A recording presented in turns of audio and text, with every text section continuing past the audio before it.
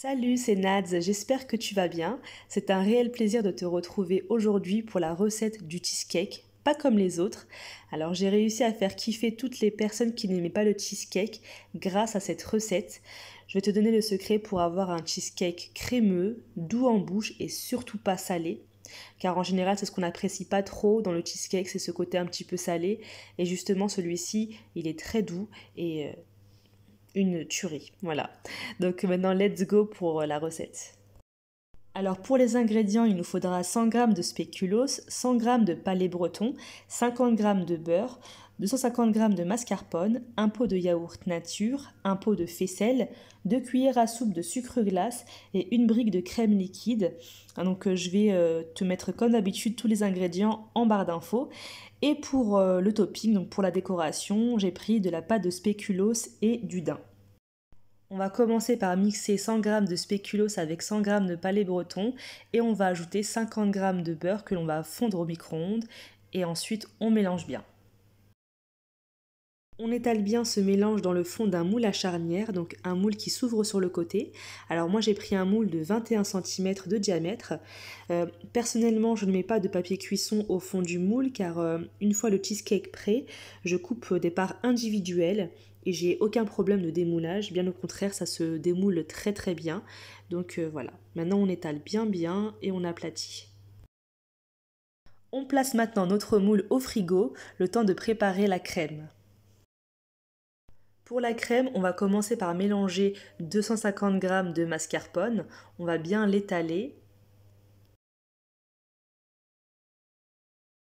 J'ajoute ensuite un pot de faisselle. Alors celui-ci fait 100 g. Donc dans mon cheesecake, je mets de la mascarpone et de la faisselle. C'est ça qui va apporter un goût très doux au cheesecake. Et on ajoute un pot de yaourt nature. Et maintenant, on mélange bien tout ça.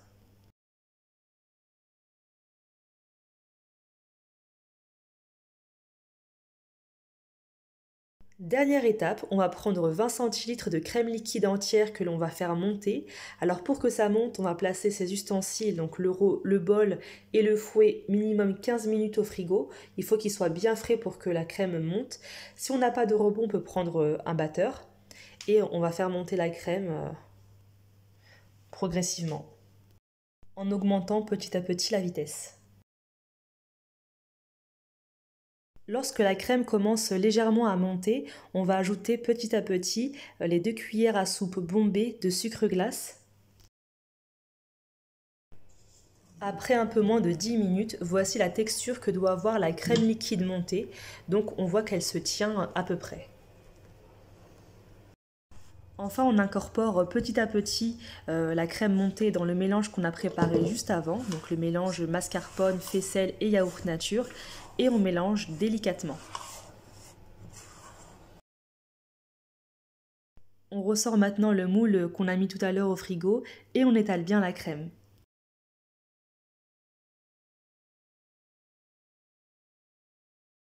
On peut maintenant placer notre cheesecake au frigo, alors on va le laisser toute la nuit au frigo et on pourra le décorer et le déguster le lendemain. Alors le lendemain, je peux enfin démouler mon gâteau. Alors pour la décoration, j'utilise de la pâte de spéculoos que je vais fondre au micro-ondes. Je mixe du daim et je mixe des spéculoos.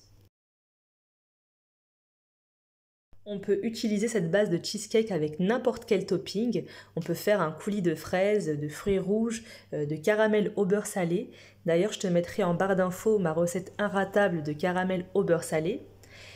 Et là, comme tu vois, je parsème de poudre de spéculoos et de poudre de daim. Ça donne un rendu juste exceptionnel. Et voilà le résultat. Donc on obtient un cheesecake crémeux, doux en bouche, pas salé. Elle a eu beaucoup de succès, donc ça vaut vraiment le coup de la tester. Et sur ce, je te dis à très bientôt pour de nouvelles astuces et recettes très gourmandes.